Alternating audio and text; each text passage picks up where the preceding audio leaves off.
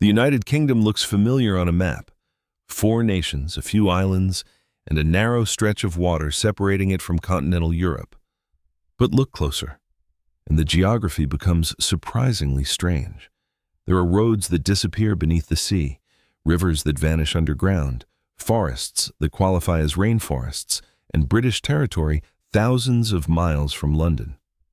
Today, we're counting down 50 incredible facts about the UK that sound impossible.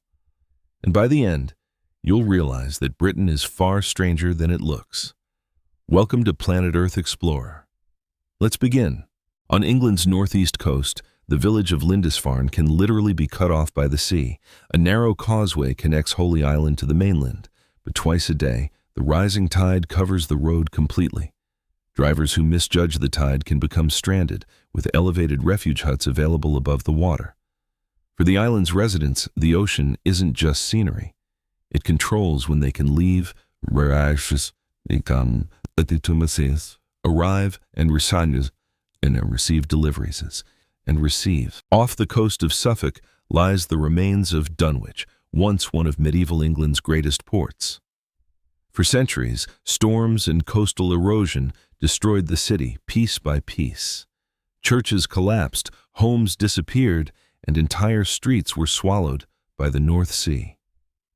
Today, much of medieval Dunwich lies beneath the waves. Britain, therefore, has its own underwater lost city, a landscape slowly erased by the ocean. During the last ice age, Britain wasn't an island. A vast landscape called Doggerland connected it to continental Europe. What is now the North Sea was once grassland, wetlands, and rivers where humans and Ice Age animals could travel freely. As temperatures rose, glaciers melted, and sea levels climbed. Doggerland disappeared beneath the water, transforming Britain into the island we know today. Scotland isn't exactly famous for tropical weather, yet palm-like cabbage trees grow along parts of its western coast. The secret is the North Atlantic Drift, which carries warm water toward Britain and significantly moderates the climate. Some Scottish coastal areas are surprisingly mild despite their northern latitude. It is a perfect reminder that climate isn't determined by latitude alone. Sometimes, the ocean wins. Britain's highest mountain isn't necessarily Ben Nevis. If overseas British territories are included, the title goes to Mount Hope in the British Antarctic Territory. It rises to more than 10,000 feet above sea level, more than twice the height of Ben Nevis. So Britain's highest mountain is thousands of miles from Britain itself. The answer depends on how far beyond the British Isles you are willing to look. The United Kingdom is an island nation, except for one important detail. On the island of Ireland, Northern Ireland belongs to the UK, while the Republic of Ireland is a separate country. The two share a land border of roughly 300 kilometers, so you can travel from the United Kingdom into another European country without crossing a bridge, boarding a ferry, or taking a flight. Scotland isn't just mountains and lochs. It also contains hundreds of islands scattered across the Atlantic and North Sea.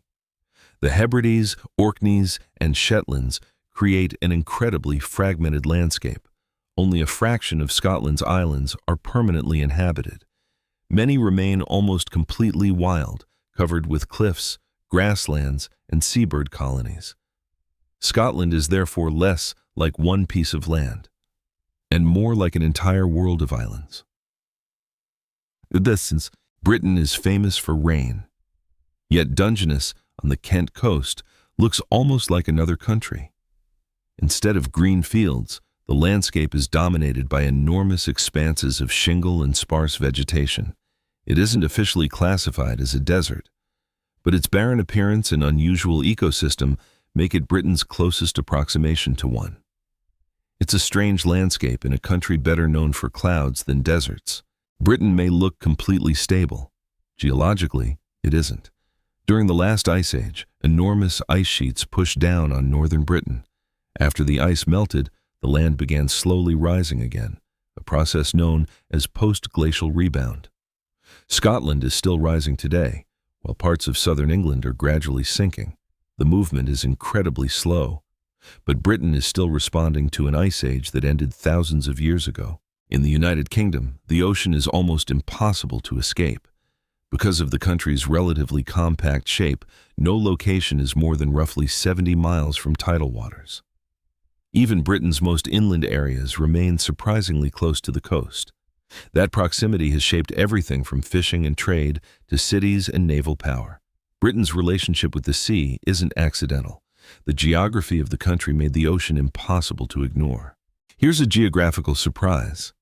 Edinburgh appears to sit west of Bristol on many people's mental map of Britain, but it's actually farther east. Britain's coastline curves in such an unusual way that our mental image of the country can be completely misleading. The farther north you travel, the more the eastern coastline shifts eastward. Sometimes, the map in your head simply isn't the map on Earth. One of the world's shortest scheduled flights operates in Scotland. The route connects Westray and Papa Westray in the Orkney Islands. The two islands are separated by only a few kilometers. Under favorable conditions, the journey can take around 90 seconds. It sounds absurdly short. But for isolated island communities, the flight provides a useful connection across dangerous stretches of water. Sometimes, geography makes even a 2-minute flight worthwhile. Britain has no active volcanoes erupting today, but its landscape is filled with volcanic remains. Edinburgh Castle sits dramatically on Castle Rock, an ancient volcanic plug, and the Giant's Causeway in Northern Ireland was formed when enormous flows of molten lava cooled and fractured into thousands of basalt columns. Britain's volcanoes have been silent for millions of years, but their remains still define some of the country's most spectacular landscapes. The Isle of Man sits between Britain and Ireland, but politically, it isn't part of the United Kingdom. It is a crown dependency with its own parliament, laws, and political system. It isn't part of the UK, and it isn't part of the European Union. So, right in the middle of the British Isles lies a territory with its own unique constitutional status. It's a perfect example of how political geography can be just as complicated as physical geography. The United Kingdom looks relatively small, but follow every bay, island, peninsula, and inlet, and its coastline becomes enormous. The UK's deeply irregular shores stretch for thousands of miles. This is an example of the coastline paradox. The more precisely you measure a jagged coastline, the longer it becomes. Britain's countless islands make the effect even stronger. Small country, massive edge. Thousands of miles into the South Atlantic lies Tristan da Cunha. It is a British overseas territory and one of the most remote inhabited places on Earth. Only a few hundred people live there. The nearest major landmass is incredibly far away, leaving the community almost completely isolated in the middle of the ocean. It's difficult to imagine a place more distant from London, yet politically, it is still British territory. Britain can feel incredibly crowded when you're in London or another major city, but look at the country as a whole, and the picture changes. More than 90% of the UK's land isn't built upon. Huge areas of Scotland, Wales, and northern England remain dominated by mountains, moorlands, and open countryside. Britain may have a dense population, but enormous parts of its landscape remain remarkably empty. Why is Britain called Great Britain? It isn't because Britain is considered great in the usual sense. The name is actually geographical. Great Britain refers specifically to the largest island in the British Isles. It helps distinguish it from Brittany, the region of northwestern France, historically known as Little Britain. So the word great isn't a compliment. It's simply a way of telling two similarly named places apart. The white cliffs of Dover look like enormous walls of chalk, but zoom in, and their story becomes microscopic. The cliffs were formed largely from the remains of tiny marine organisms called coccolithophores. These microscopic creatures lived in ancient seas around 65 million years ago. When they died, their mineral-rich plates accumulated on the sea floor. Over enormous periods of time, those sediments became chalk. So, one of Britain's most famous landmarks is essentially a gigantic geological archive of ancient sea life. Loch Ness is famous because of a monster, but its real geographical mystery is much simpler. Water. The loch is enormous and remarkably deep, containing more fresh water than all the lakes in England combined. Its dark, deep waters stretch for more than 30 kilometers through the Scottish Highlands. The steep surrounding mountains make the loch appear even larger. So whether you believe in Nessie or not, Loch Ness is already extraordinary without a monster. You don't need to travel to Arizona to see a spectacular canyon. In Somerset, England, Cheddar Gorge cuts dramatically through the landscape. The limestone gorge was shaped by water and ancient geological processes over enormous periods of time. Beneath the surface lies an equally impressive world of caves and underground passages. The landscape looks almost more like the American West than southern England. But here, the canyon is surrounded by green countryside. It's another reminder that Britain's landscapes can be far more dramatic than its small size suggests. Britain's longest river isn't the Thames, it's the River Severn, and it has a strange phenomenon that makes it even more remarkable. When powerful tides move into the Bristol Channel, they can create a large wave known as the Severn Bore. Instead of water simply flowing downstream, the tidal wave travels upstream against the river's normal direction. Surfers can sometimes ride the wave for long distances. It's one of Britain's most unusual natural spectacles, a river moving backward. Wales is a relatively small country, yet its landscape contains hundreds of castles. The reason is geography. Mountains, valleys, and rugged terrain made Wales difficult to control. English rulers responded by building enormous fortifications across strategic locations. Castles such as Conwy, Caernarfon, and Harlech still dominate the landscape today. Travel through Wales and you'll constantly encounter stone walls rising from hillsides and coastlines. The result is one of Europe's most castle-filled landscapes. Here, geography didn't just shape the scenery, it shaped medieval warfare. At its height, the British Empire stretched across enormous parts of the planet. Today, the empire is gone. But Britain still has overseas territories scattered across the world. They include islands in the Atlantic, Caribbean, Pacific, and Indian Ocean. That means the geographic footprint associated with Britain extends far beyond Europe. From tropical islands to polar territories, British territory can still be found in remarkably different environments. The country on the map is much smaller than the geographic network it once controlled. Britain's coastline isn't permanent. In some areas, the sea is eating away at the land surprisingly quickly. Parts of the East Yorkshire coast can lose several feet of land in a single year. Cliffs collapse. Roads move closer to the edge, and entire settlements have disappeared over time. This means Britain's map is slowly changing, not because politicians redraw it, but because waves and storms constantly reshape the boundary between land and sea. Just off the coast of Cornwall lies the Isles of Scilly. The islands are British, but their climate can feel surprisingly subtropical. The surrounding ocean keeps temperatures relatively mild throughout the year. Frost is rare, and plants that would struggle elsewhere in Britain can thrive here. Add white beaches, turquoise water, and palm-like vegetation, and parts of the islands can look more Mediterranean than British, yet they are only a short distance from the mainland. There is London, and then there is the City of London. The distinction sounds strange, but it matters. The City of London is a tiny historic district covering roughly 1 square mile at the heart of the capital. It has its own mayor, its own police force, and a unique administrative system. It is surrounded by the enormous modern metropolis we simply call London.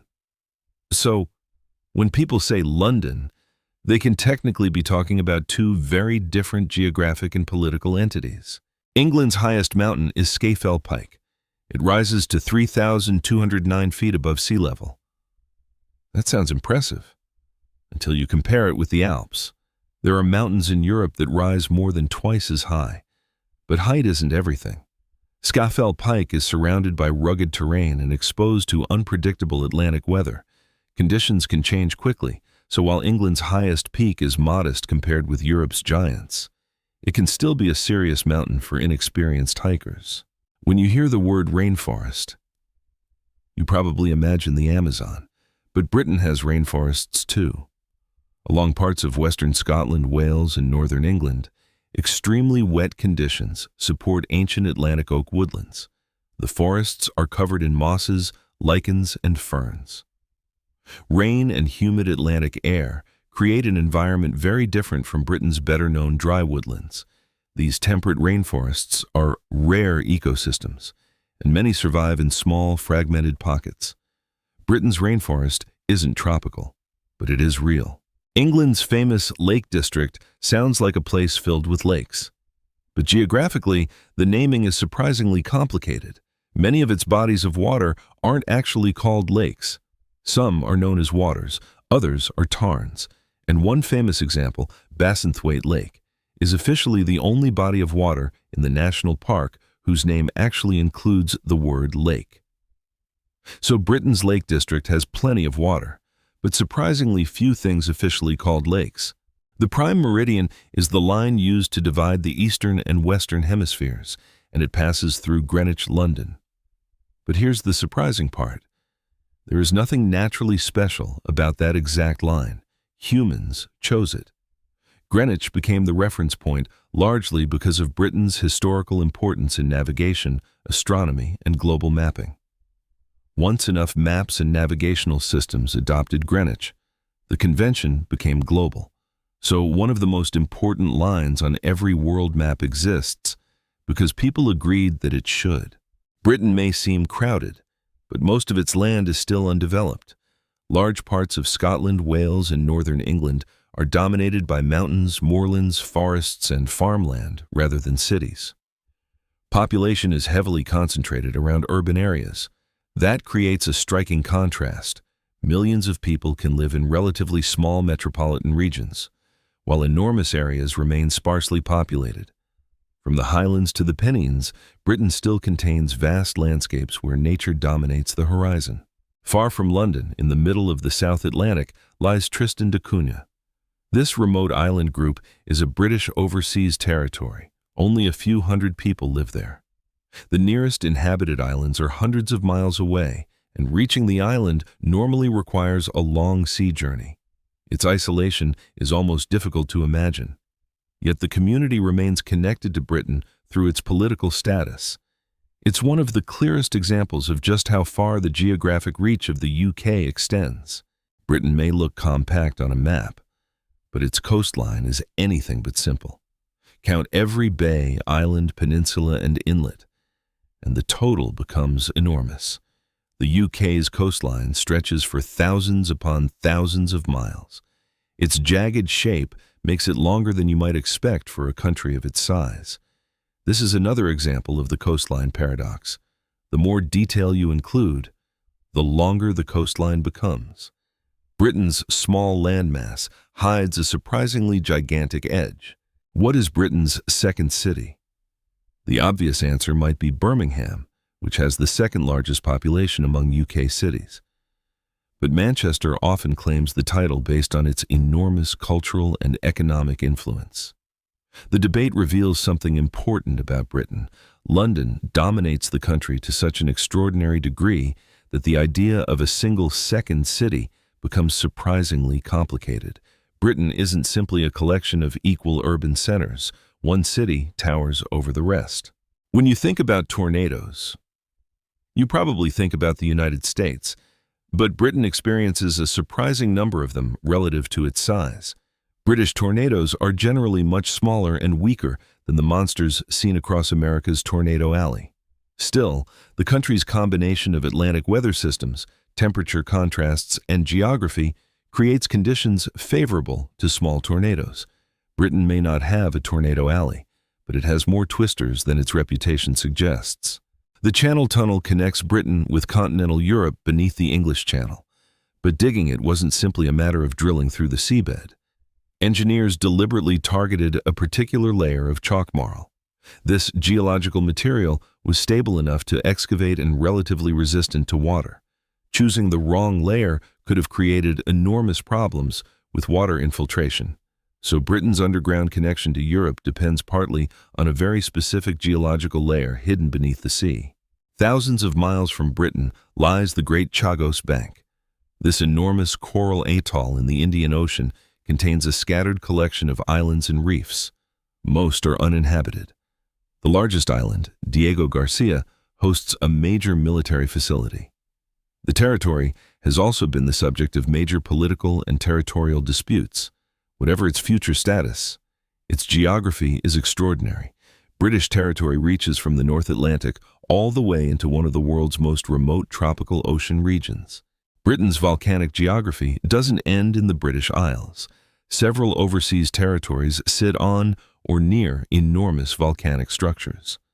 St. Helena is a famous example, rising dramatically from the South Atlantic Ocean.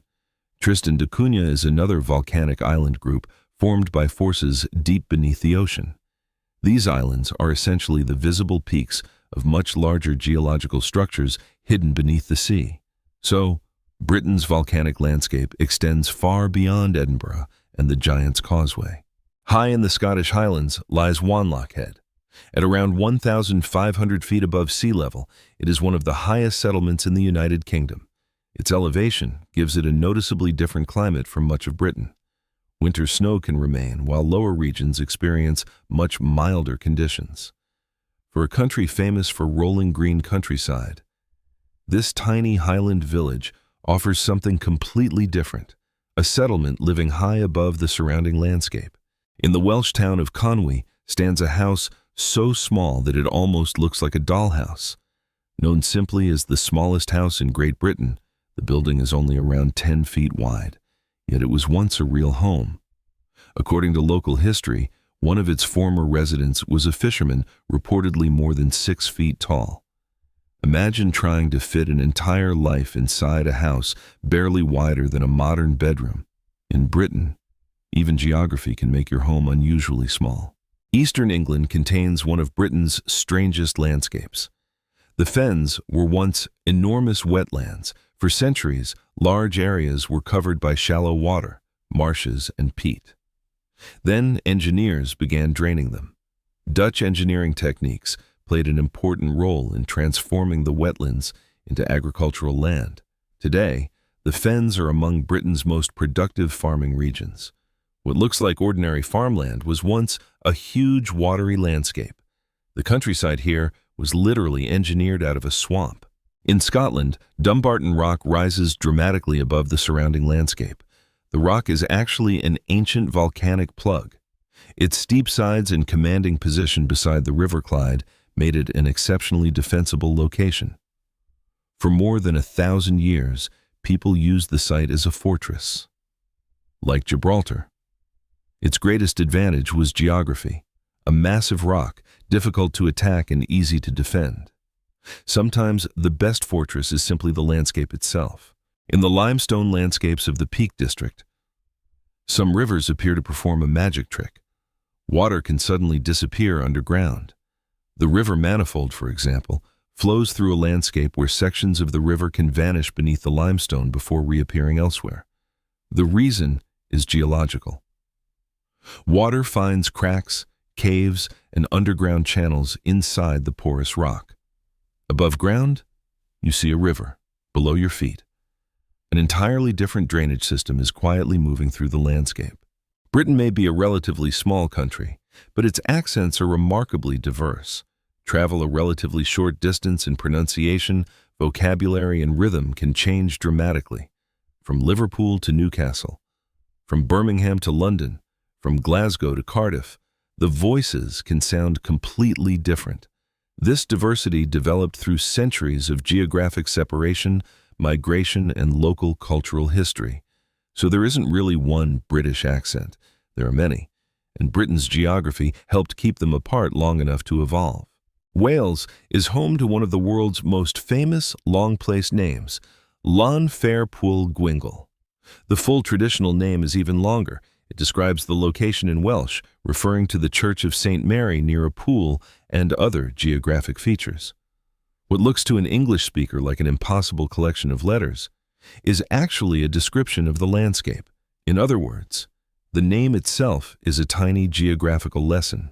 The United Kingdom as a whole has a relatively high population density, but England is especially concentrated. Large populations are packed into urban areas across the South and Midlands, while other parts of the UK remain much more sparsely populated. This creates a remarkable contrast.